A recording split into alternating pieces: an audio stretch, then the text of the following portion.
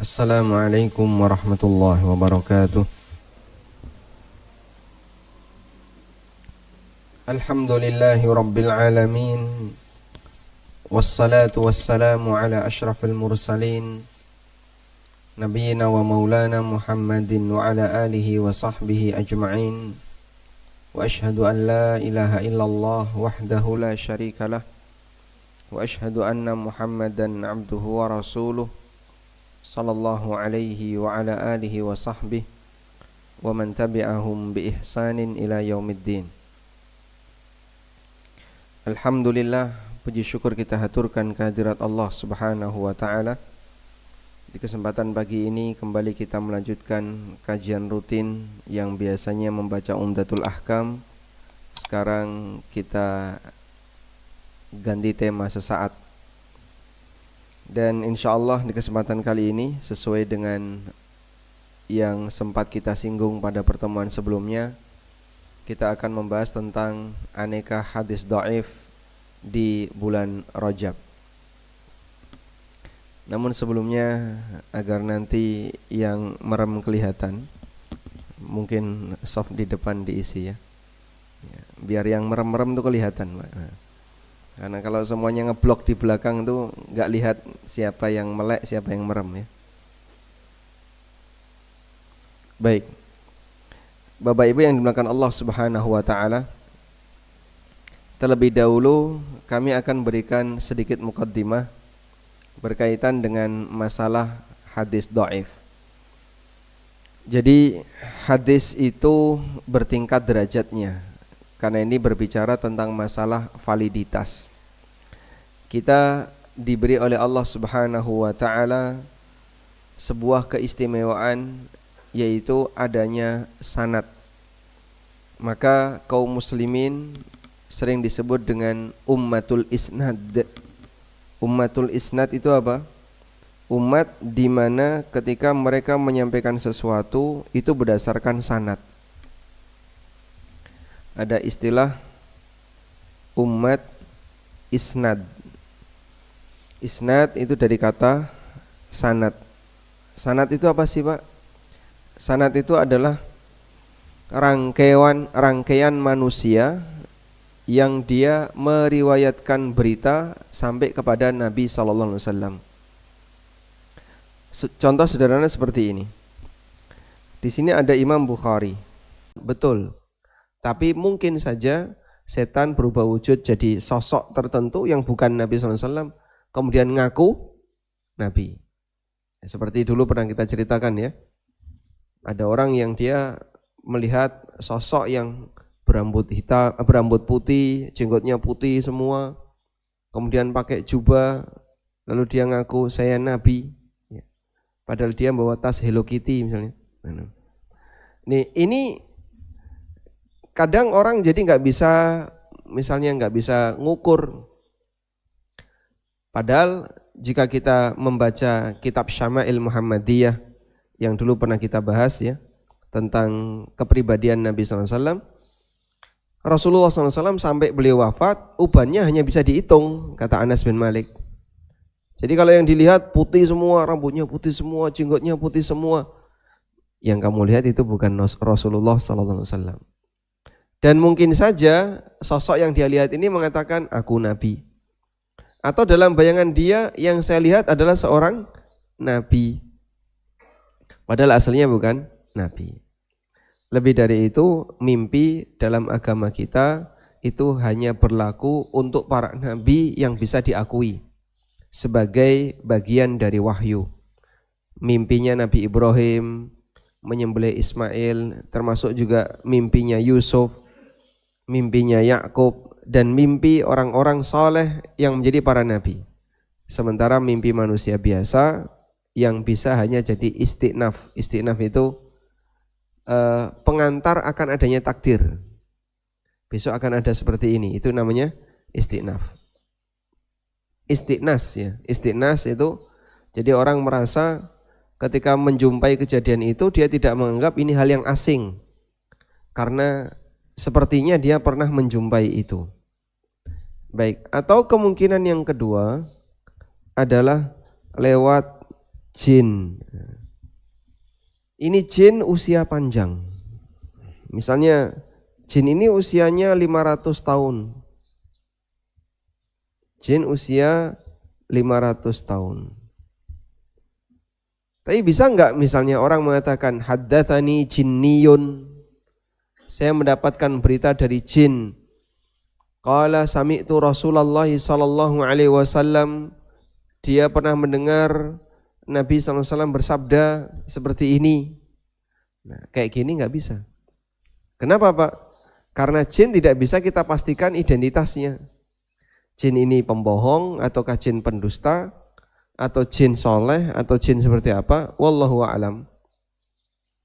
Bisa saja dia ngaku saya jin soleh, jin baik, saya tidak bohong. Tapi saya nggak bisa kenal dengan kamu. Kamu itu seperti apa kepribadianmu? Nggak bisa. Beda dengan ini ya. Kali ini bisa di tracking. Ini bisa di tracking. Nge-tracking jejak apa namanya? Jejak politik ABCDE atau jejak kehidupan ABCDE itu bisa melalui apa, Pak? Biografi mereka.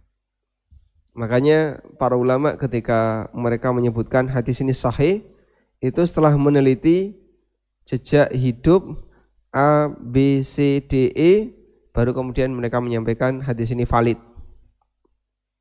Karena deretan orang-orang ini ada identitas yang dikenal dan mereka punya status sebagai orang yang terpercaya, thiqah dan seterusnya. Baik.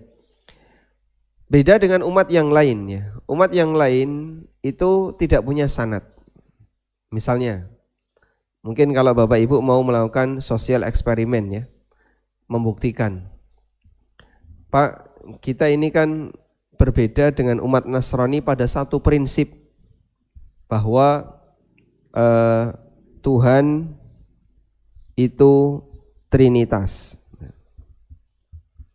Tuhan itu Trinitas. 3 tapi 1, meskipun dalam hal ini kan beda-beda ya, antara kelompok yang saya nggak tahu ya, kelompok apa itu punya pemahaman yang berbeda-beda berkaitan dengan masalah ketuhanan. Padahal mereka semua Nasrani. Maka ada Nasrani yang anti patung dan ada Nasrani yang gerejanya pakai patung.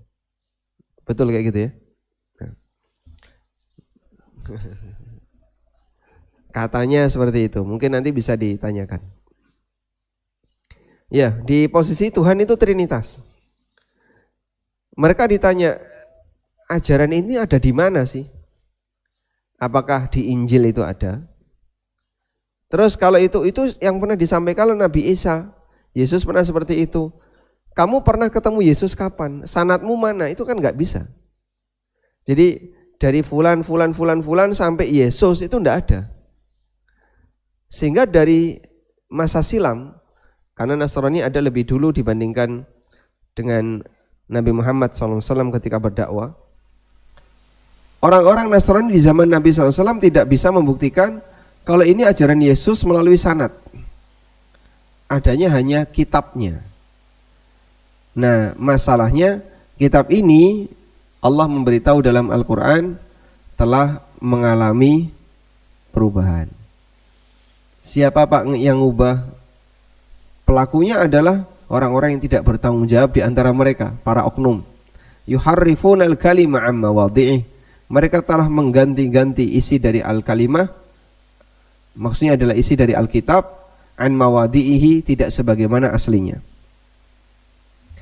Maka dalam Taurat dan Injil yang kita imani sebagai kitab yang turun dari Allah, tapi Al-Quran menyampaikan di sini ada perubahan, maka kita tetap mengimani itu datang dari Allah, tapi kita tidak meyakini 100% benar. Mengingat ada sebagian yang dia telah diubah dan diganti oleh para oknum. Dan itu yang menyebabkan mereka tidak bisa mempertanggungjawabkan akidah kamu seperti ini asal usulnya mana. Kalau kita kan semuanya punya ya. Misalnya Bapak saya tanya coba, Anda punya akidah Allah Maha Esa. Allah Maha Esa ya. Baik. Apa dasarnya? Al-Ikhlas. Kita dengan mudah mengatakan qul huwallahu ahad. Kita mengatakan tidak ada Tuhan yang berhak disembah selain Allah. Apa dasarnya? Kalimat la ilaha illallah. La ilaha illallah di Quran banyak enggak? Banyak sekali. Kalau kita searching kalimat la ilaha illallah atau la ilaha illa anta, la ilaha illa ana, itu banyak sekali. Coba misalnya la ilaha illa, begini ya kalimatnya.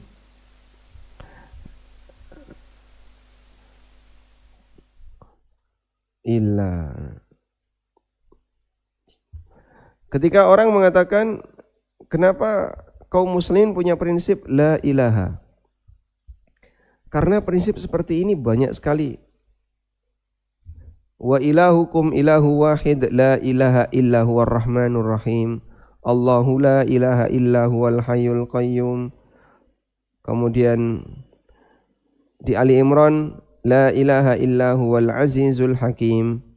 Syahidallahu annahu la ilaha illa huwa. Ini banyak sekali loh. Jadi prinsip kita dalam beragama itu banyak gitu ya, dan mudah untuk didapatkan. Makanya kadang kita sulit percaya.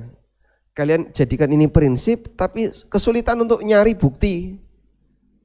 Kalian jadikan ini prinsip, tapi buktinya ada di mana? Kesulitan mereka nyari. Itu kan aneh jadinya. Kalau prinsip kan seharusnya banyak. Ya.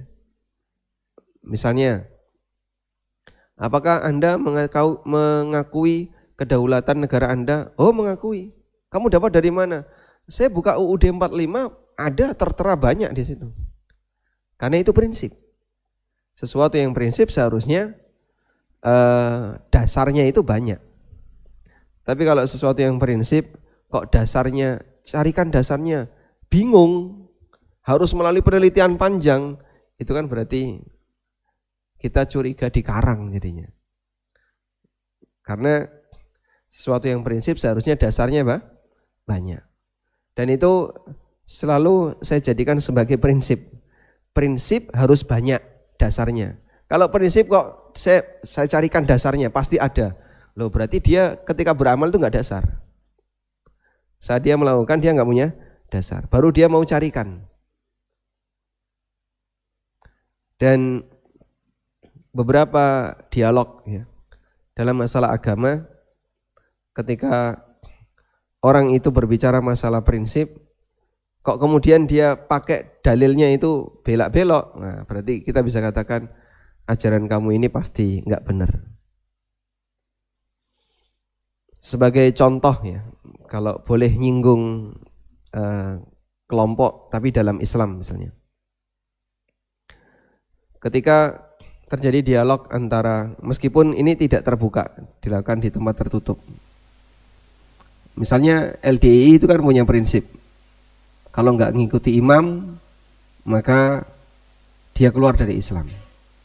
Terus imam yang dimaksud adalah imam mereka. Baik. Mengatakan tidak mengikuti imam keluar dari Islam, sebutkan dasarnya. Itu pakai penelitian itu lama gitu ya. Lama sekali baru bisa ketemu. Dan ternyata yang mereka gunakan adalah pernyataan Umar bin Khattab radhiyallahu anhu. Umar bin Khattab radhiyallahu anhu pernah mengatakan, innahu la dina illa bi jama'atin wala jama'ata illa bi imamah. Tidak ada agama kecuali dengan jamaah dan tidak ada jamaah kecuali dengan imamah. Baik. Pernyataan Umar ini, anggaplah misalnya itu sahih sampai Umar. Pertama, Umar itu nabi atau bukan? Bukan. Lalu kenapa kalian jadikan itu sebagai layaknya pernyataan nabi? Padahal itu perkataan sahabat. Satu misalnya.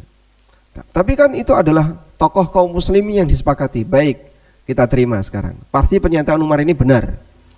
Karena ini datang dari seorang Umar. Selanjutnya, kita sepakat misalnya agama itu harus ada jamaah. Dan banyak kegiatan agama itu berjamaah. Misalnya apa Pak? Sholat Id itu berjamaah. Jumatan berjamaah. Jumatan sendirian bisa nggak Pak? Jumatan sendirian? Batal Pak, nggak ada Jumatan sendirian. Baik. Dan aneka ibadah-ibadah yang lain berjamaah. Sehingga nggak mungkin kegiatan agama yang demikian banyak itu tanpa ada jamaah, itu nggak mungkin. Itulah makna yang benar.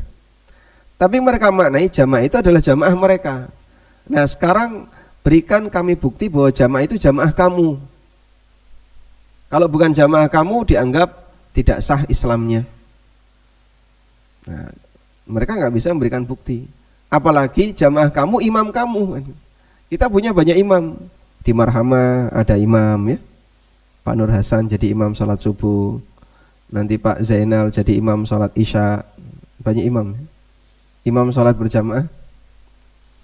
Kemudian negara punya imam, yaitu seorang presiden yang diakui keabsahannya. Negara yang lain punya imam yang berbeda dengan negara yang sebelahnya, dan seterusnya. Nah itu contoh ketika jadi prinsip, tapi ketika diminta untuk dalil atau dasar, bingung mereka. Kayak gini bisa kita katakan berarti pemahaman kamu nggak benar. Prinsip itu seharusnya banyak, dan dia tidak keluar dari Al-Quran maupun hadis sahih yang disampaikan oleh Nabi SAW. Baik, selanjutnya, berikutnya berkaitan dengan masalah hadis dhaif. Sekarang kita berbicara tentang masalah hadis dhaif.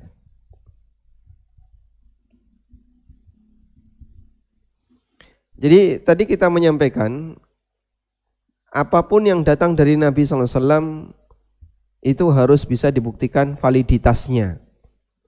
Nah validitas itu melalui kajian yang terukur, yaitu kajian sanad. Sanadnya seperti apa? Dari fulan sampai sahabat, sampai Rasulullah SAW. Maka orang ketika berbicara tentang masalah ini dari Nabi SAW itu ada buktinya. Nah hadis dhaif itu bertingkat. Ketika sebuah hadis tidak bisa dibuktikan validitasnya, maka statusnya hadis dhaif. Kita tuliskan di sini ya. Hadis dhaif adalah hadis yang tidak bisa dibuktikan validitasnya.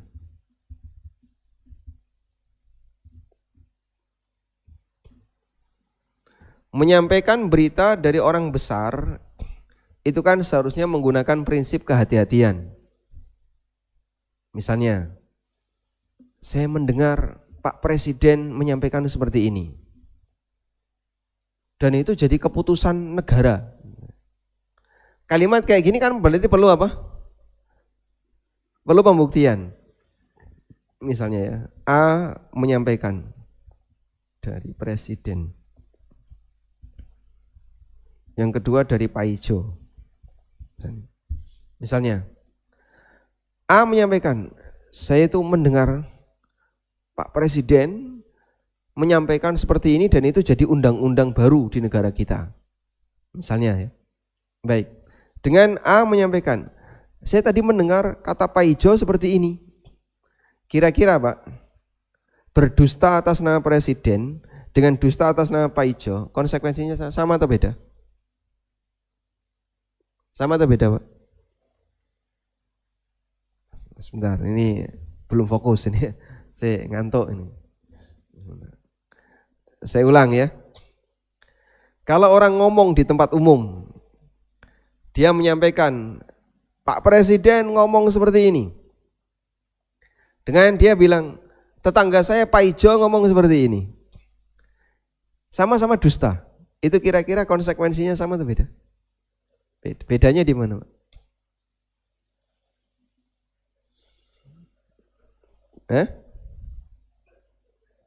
Bedanya di mana? Masalah pengaruh kan ya. Dia bicara atas nama presiden, itu kan pengaruhnya luas. Karena yang berkepentingan dengan pernyataan presiden itu banyak.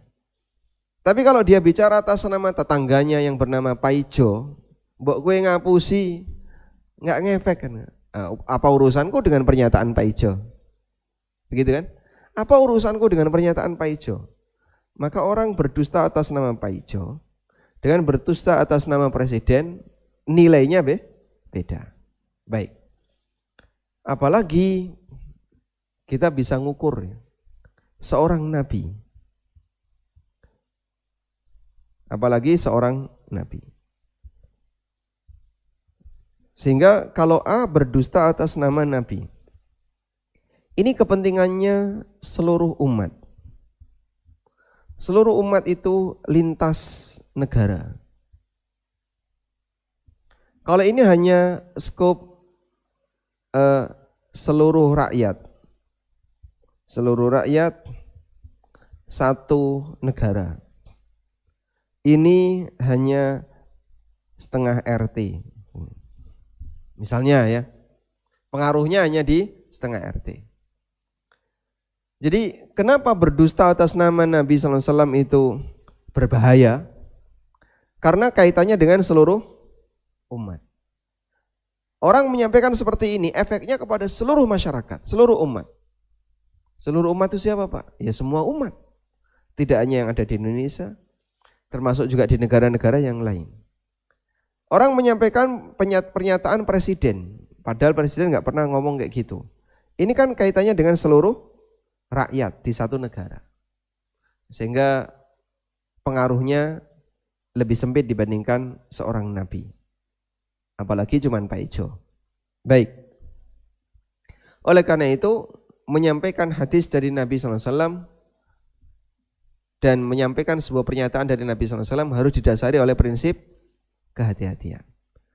Dari sinilah kemudian ulama memberikan kaidah menyampaikan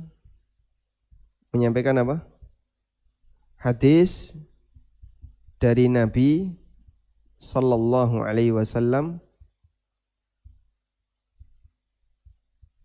harus didasari prinsip apa tadi? Saya sebut aja penuh hati-hati. Penuh hati-hati, bukan penuh hati ya. Bukan sepenuh hati tapi penuh hati-hati. Semuanya harus didasari oleh prinsip waspada. Pastikan valid. Kalau itu tidak valid, jangan nyampaikan dari Nabi SAW. Lebih dari itu ada banyak ancaman. Coba kita lihat di sini. Nabi SAW pernah bersabda, "Man kadzdzaba anni bihaditsin, man kadzdzaba alayya muta'ammidan, falyatabawwa maq'adahu minan nar." Hadis dari Abu Hurairah radhiyallahu anhu. Rasulullah sallallahu alaihi wasallam bersabda, "Man kadzdzaba alayya muta'ammidan falyatabawwa maq'adahu minan nar." Siapa yang sengaja dusta atas namaku, maka siapkan tempatnya di neraka. Jadi ancamannya disampaikan oleh beliau untuk menghalangi masyarakat kaum muslimin jangan mudah berdusta atas nama Nabi sallallahu alaihi wasallam. Karena enggak main-main. Yang dusta atas nama beliau, siapkan tempatnya di neraka. Baik. Pak, tapi kan hadis ini berlaku bagi pendusta yang buat hadis. Jadi begini. Yang terlibat atau saya tulis ya pemeran penyebaran berita palsu dari Nabi sallallahu alaihi wasallam. Ini satu adalah pembuatnya yang buat redaksi hadis palsu. Ini ancaman neraka. Yang tadi kita baca hadisnya ya. Dari mana kamu tahu itu diancam neraka? Hadis muttafaqun alaih. Tapi saya nggak percaya muttafaq alaih. Ya sudah kalau kayak gitu. Nggak percaya Bukhari Muslim, saya nggak, itu bukan urusan saya. Karena bagi kita seorang Muslim yang kenal dengan Sahih Bukhari Muslim, begitu ini riwayat Bukhari Muslim, kita gimana? Yakin sahih. Masalah dia mengatakan saya nggak percaya, ya itu urusan kamu. Karena kita sudah sampaikan pada titik yang bisa dipertanggungjawabkan bahwa tingkat validitas kita adalah ini diriwayatkan oleh Bukhari Muslim. Yang kedua, orang yang menyebarkannya. Orang yang menyebarkan. Dia bukan membuat, tapi dia yang menyebarkan. Dia terima, kemudian dia sebarkan. Coba kita lihat hadis berikut. Man haddatsa anni bihaditsin yura annahu kadzibun.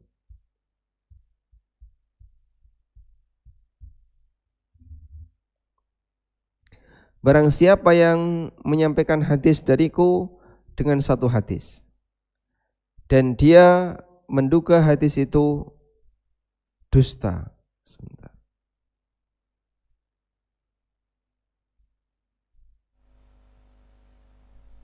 Baik. Fahuwa ahadul kadzibain, maka dia menjadi salah satu pendusta. Sebentar, lagi loading.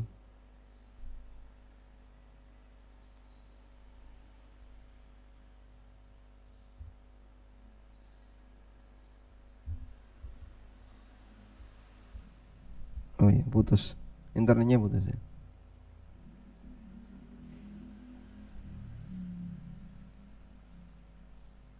Sebentar, internetnya lagi turun ya.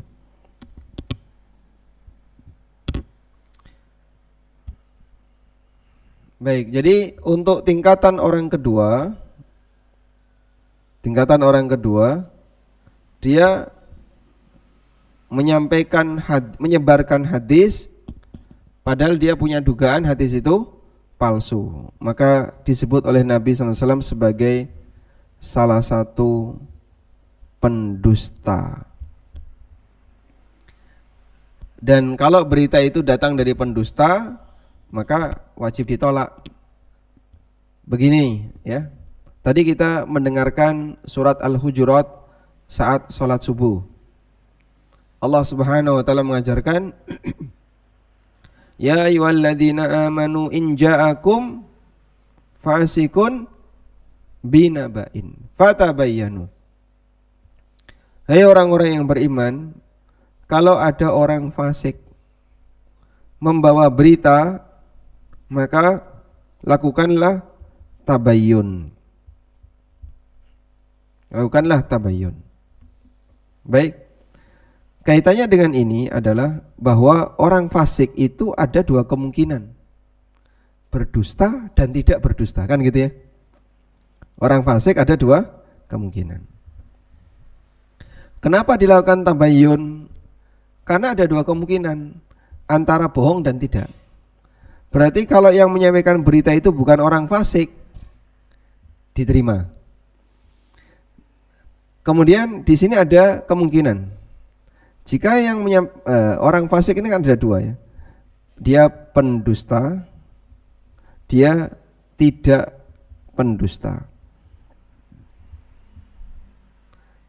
Kalau kemudian itu terbit dari kedustaan, maka kita akan mengatakan berita ini pasti bohong. Tapi kalau orang fasik itu tidak berdusta, maka bisa kita terima. Maka diperintahkan untuk tabayyun. Namun jika statusnya sudah pendusta, ya sudah ditinggalkan ya. Jadi ada tiga kemungkinan ya dari ayat ya ayyuhalladzina amanu in ja'akum fasikun binaba'in fatabayyanu. Sebentar ya. Jadi mohon maaf pemirsa, ini internetnya down. Karena internet lagi down, sharingnya putus.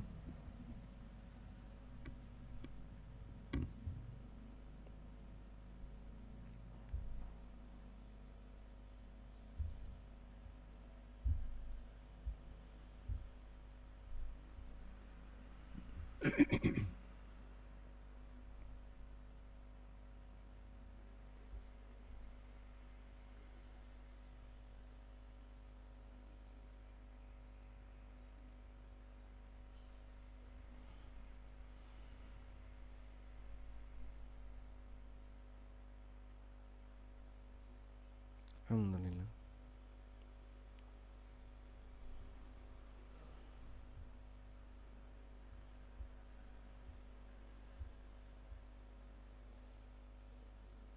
Hostnya di sana.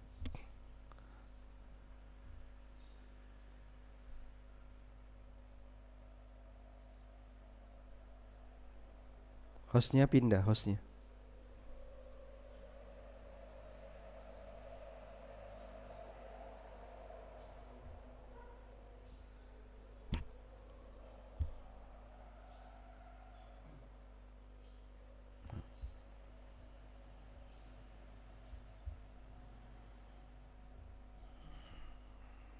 Baik, kita kembali ke sini.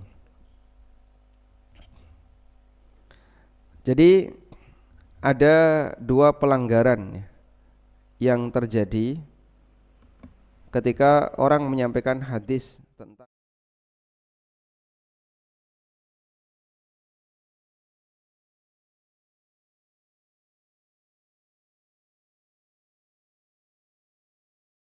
tafakun alaih. Sekarang yang menyebarkan. Kalau yang menyebarkan ancamannya ini. Dari Al-Mughirah bin Syu'bah radhiyallahu anhu, Rasulullah sallallahu alaihi wasallam pernah bersabda, "Man haddatsa anni haditsan wa huwa yara annahu kadzibun fa huwa ahadul kadzibain." Barang siapa yang menyampaikan hadis dariku, menyampaikan, dia bukan membuat. Wa huwa yara annahu kadzibun atau wa huwa yura annahu kadzibun, dan dia punya anggapan hadis itu dusta. Jadi dia tahu hadis ini enggak benar, tapi tetap disebarkan. Mungkin karena menarik, mungkin karena hadis itu dia punya kepentingan.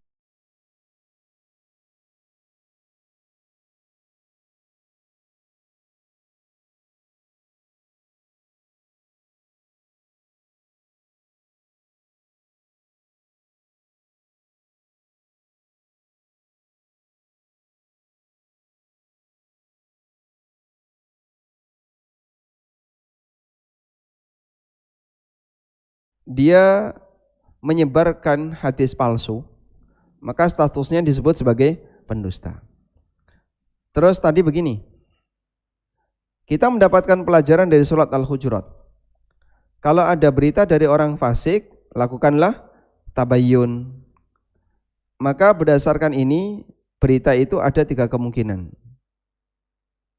Berita ada 3 kemungkinan. Sehingga ada 3 kemungkinan.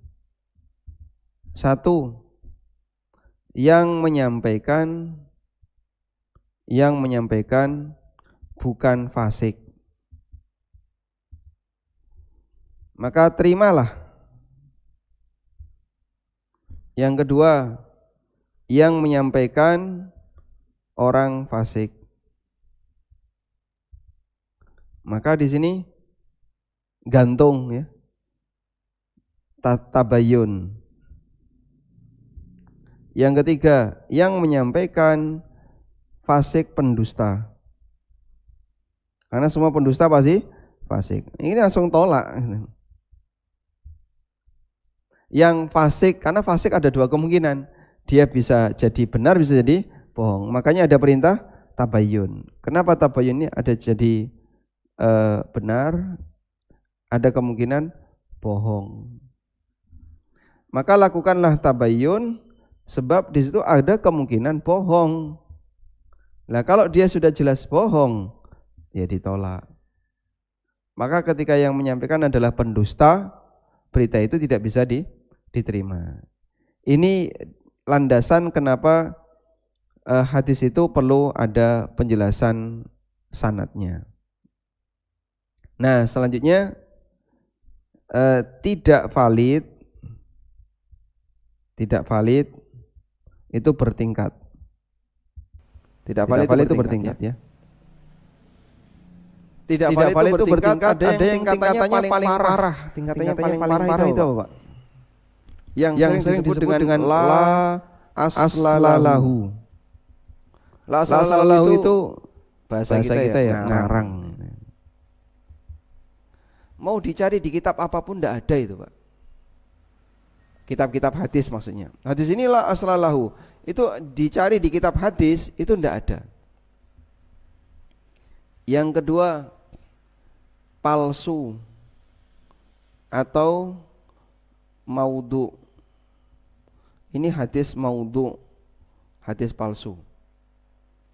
Ini masih ada di kitab hadis, tapi di antara deretan perawinya ada yang orang secara sengaja berdusta. Ada perawi yang punya catatan, yang dia punya catatan suka buat hadis.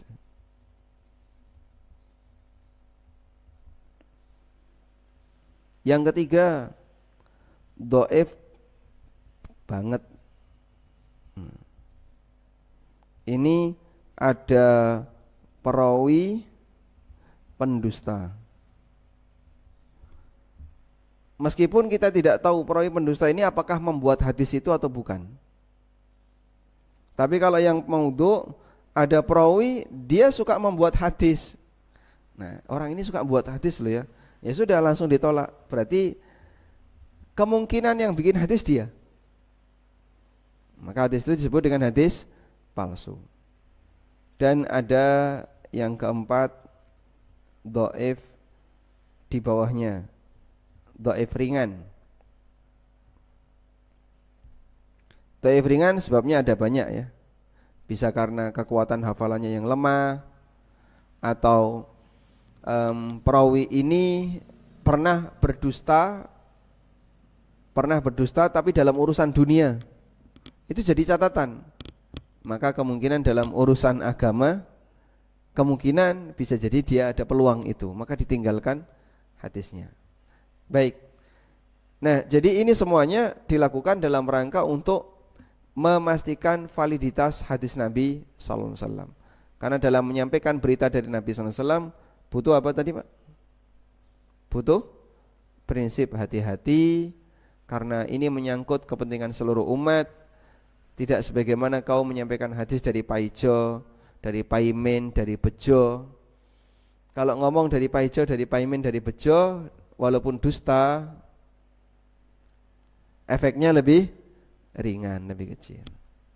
Nah, sekarang apa hukumnya mengamalkan hadis dhaif?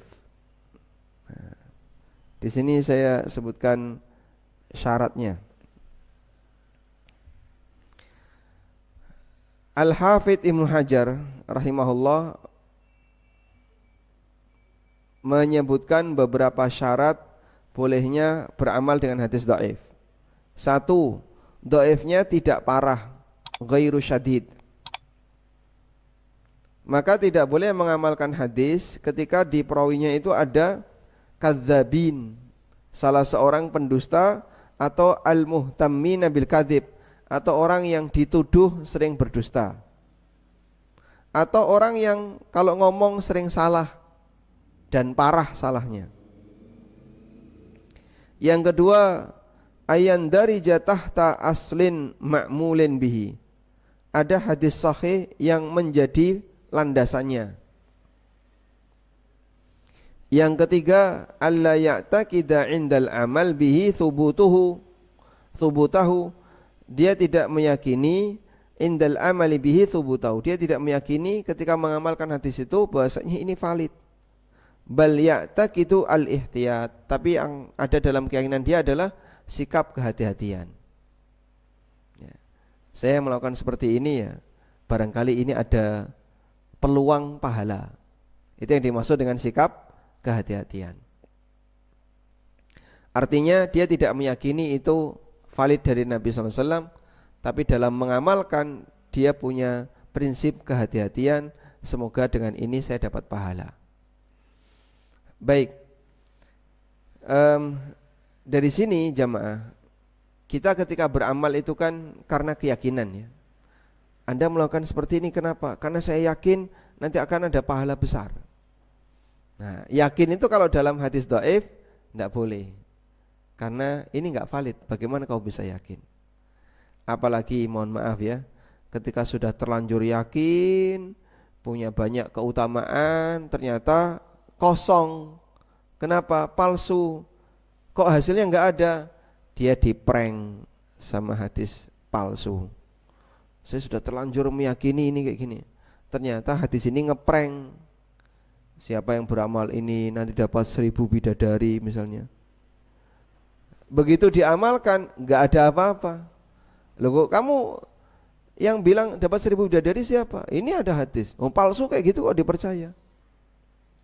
Itu ibarat ada pengumuman palsu di gardu, silahkan nanti datang ke balai desa, setiap kakak dapat BLT 1 juta. Terus bapak memfoto informasi itu, datanglah ke mana? Balai desa. Pak, katanya ada pengumuman kayak gini, saya mau minta 1 juta. Kamu dapat dari mana? Tempelan di gardu. Oh, berita palsu kayak gini kok. Nah, dia sudah terlanjur sampai balai desa, prank. Kenapa? Oh, dikerenai. Siap. Baik, demikian yang bisa kita sampaikan. Semoga bermanfaat. Wassalamualaikum warahmatullahi wabarakatuh. Wa akhiru da'wana alhamdulillahirabbil alamin. Wassalamualaikum warahmatullahi wabarakatuh. Subhanakallahumma wa bihamdika asyhadu an la ilaha illa anta astaghfiruka wa atubu ilaik.